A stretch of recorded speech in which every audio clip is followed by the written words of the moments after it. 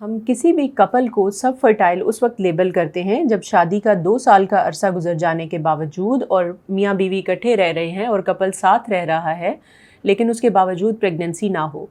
लेकिन हमारे मुल्क में और हमारे जो सोशल नॉर्म्स हैं उनको अंडरस्टैंड करते हुए पाकिस्तान में इस 2 साल के अरसे को कम करके 1 साल का अरसा कर दिया गया है और 1 साल के बाद ट्रीटमेंट और इन्वेस्टिगेशन स्टार्ट कर दी जाती हैं। रिसेंटली एक कपल मेरे पास ट्रीट हो रहा है जिसके 3 से 6 साइकिल्स ओव्यूलेशन इंडक्शन के देने के बावजूद उन्हें प्रेगनेंसी नहीं हुई और उन्होंने मुझसे सवाल किया कि डॉक्टर साहिबा आप मुझे बताएं कि IUI क्या प्रोसीजर है।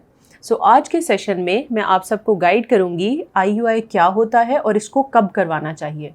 IUI is basically abbreviation for intrauterine insemination. Intrauterine insemination को अगर हम उर्दू में या इजी ज़बान में एक्सप्लेन करें तो इसके अंदर सेमिनल फ्लूइड को वॉश करके लेबॉर्ट्री के अंदर प्रिपेयर किया जाता है और एक बारीक ट्यूब के ज़रिए बच्चेदानी के अंदर ये सैंपल रख दिया जाता है।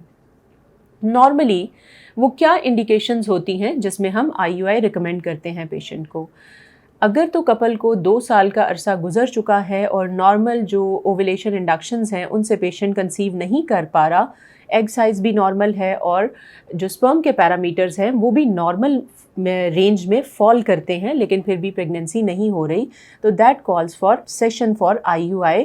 और हम पेशेंट को गाइड करते हैं कि वो तकरीबन 3 से 4 कंसेक्टिव IUI के ट्रीटमेंट्स ले ताकि ये ट्रीटमेंट इफ़ेक्टिव हो।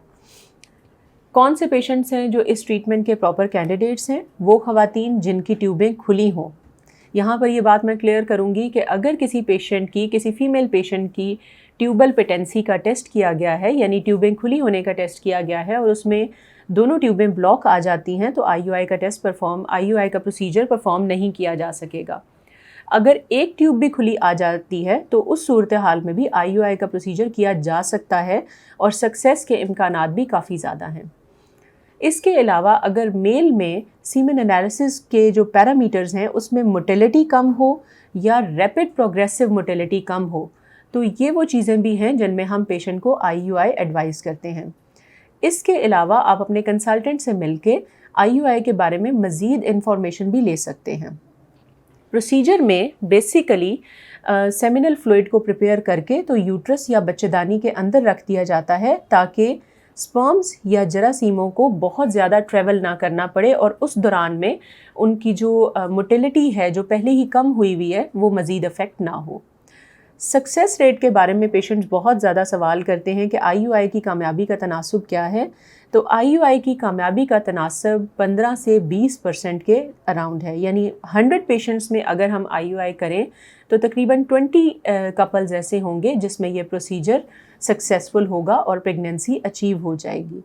IUI के बारे में अगर आपको किसी भी किस्म के फर्दर क्वेश्चंस करने हैं तो आप मुझे ज़रूर बताएं, मैं उसके बारे में एक सेशन बना के आपको गाइड कर दूँगी। Thank you very much.